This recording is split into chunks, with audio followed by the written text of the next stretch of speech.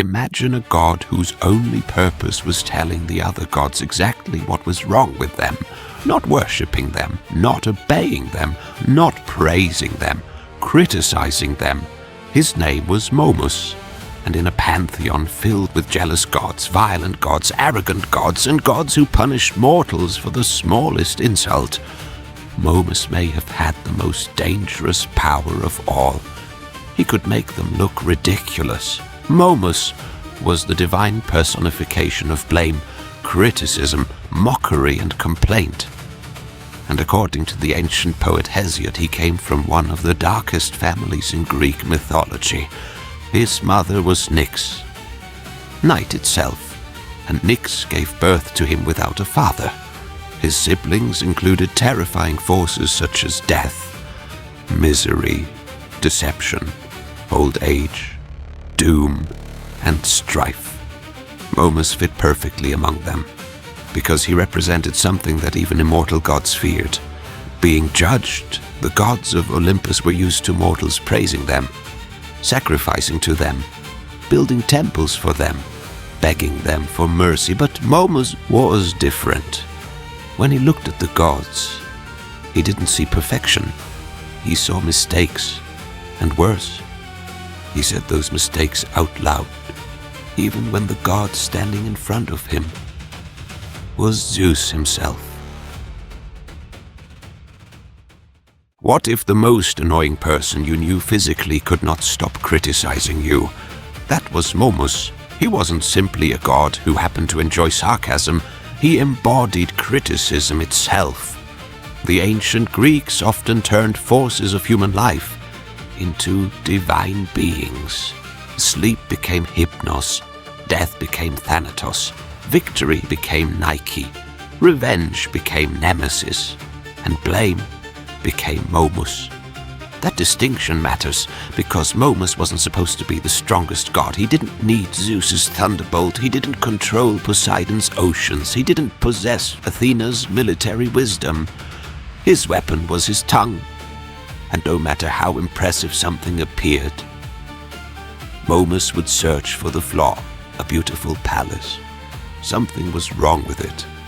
A magnificent animal. Poor design. A human being. Fundamentally defective. Even a god. Momus would find something. That made him funny. But it also made him dangerous. Because Olympus depended on the idea that the gods stood above humanity. They were more powerful, more beautiful, more knowledgeable, more magnificent. Momus threatened that image every time he opened his mouth. Because once someone begins pointing out the gods' imperfections, other people might start noticing them too. And one ancient story demonstrates exactly how far Momus was willing to go. Because one day, the gods themselves decided to make him a judge. It was probably the worst possible choice they could have made. What happens when Zeus asks the harshest critic in existence to review his work? He finds out very quickly that even Zeus doesn't get a perfect score. In one famous ancient fable, 3 gods competed over their creations. The exact details vary between versions, but one surviving version gives us Zeus, Poseidon, and Athena. Zeus created mankind. Poseidon created the bull.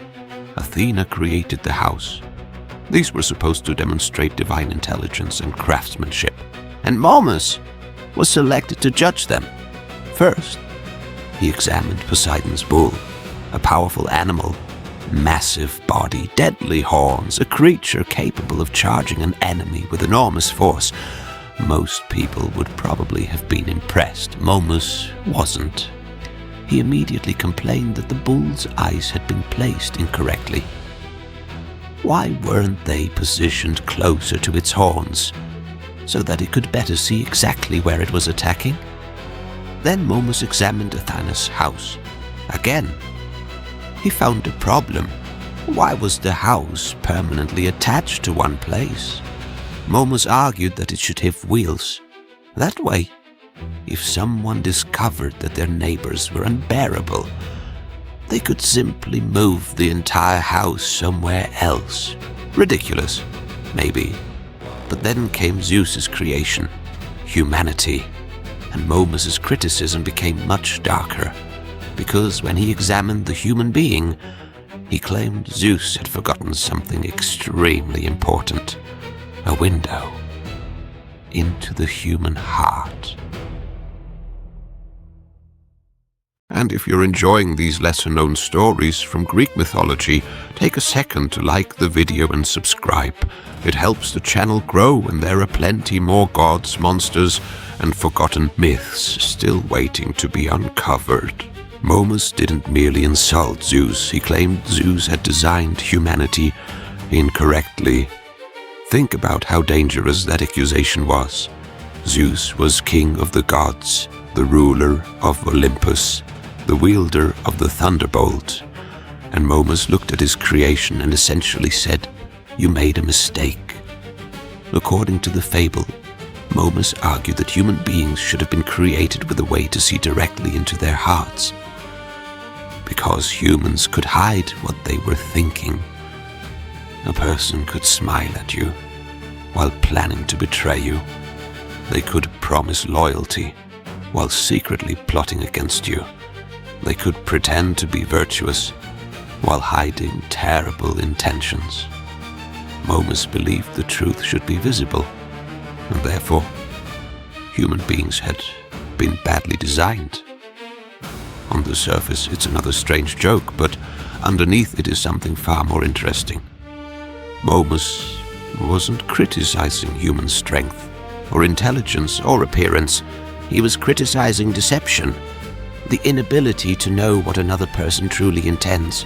Thousands of years later, that problem still hasn't disappeared. And suddenly, Momus's ridiculous criticism doesn't sound completely ridiculous. But Zeus wasn't dealing with a philosopher calmly debating human psychology. He was dealing with a divine fault-finder who seemed incapable of praising anything. The bull was wrong. The house was wrong. Humanity was wrong. The works of the gods themselves were wrong. And Momus wasn't finished because another surviving ancient reference suggests that he found an even more provocative way to attack Zeus. He praised the one god Zeus had fought to overthrow.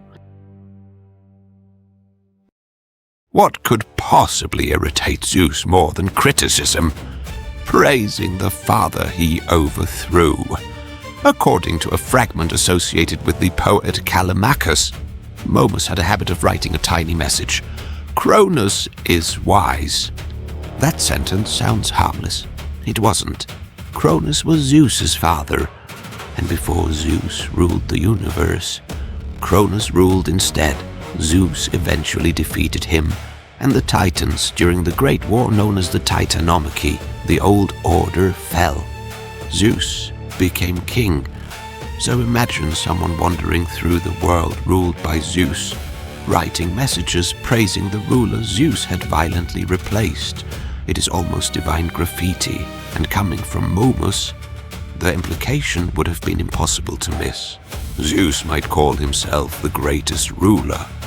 Momus wasn't convinced. Momus's criticism, therefore, went beyond badly designed bulls and houses. He could question authority itself, and that is where mockery becomes surprisingly powerful. You can defeat an enemy with strength.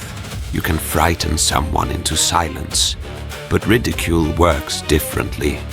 Once a ruler becomes the joke, the image of absolute power begins to crack. Momus could not overpower Zeus, but he could embarrass him. He could question him. He could remind everyone that the king of the gods wasn't always king. And according to another strange tradition, Zeus may even have listened to Momus when facing one of the greatest problems in mythology, a decision that eventually led toward Troy. Here is the part almost nobody knows. One ancient tradition gives Momus a role in the chain of events that led to the Trojan War. Yes, that Trojan War, Achilles, Hector, Paris, Helen, the wooden horse, the destruction of Troy, and hiding near the beginning of one ancient version of this enormous story is Momus. The tradition begins with a disturbing problem. The earth had become burdened by the enormous number of human beings living upon it. Zeus wanted to reduce humanity. One account says he considered devastating solutions, mass destruction, catastrophes, but Momus offered another strategy. Instead of simply destroying humanity himself, create conditions in which humans would destroy one another. His advice became connected with the marriage of the sea goddess Thetis to the mortal Peleus, and with the birth and role of Helen. Those events would eventually converge. At the wedding of Peleus and Thetis, Eris would introduce the golden apple. Hera, Athena, and Aphrodite would fight over which of them was the most beautiful. Paris would judge them. Aphrodite would promise him Helen, and that choice would help ignite the Trojan War. It is important to remember that Greek mythology rarely has one perfectly consistent version. Other traditions explain Zeus's plan differently, but the fact that Momus could appear as Zeus's advisor here is fascinating.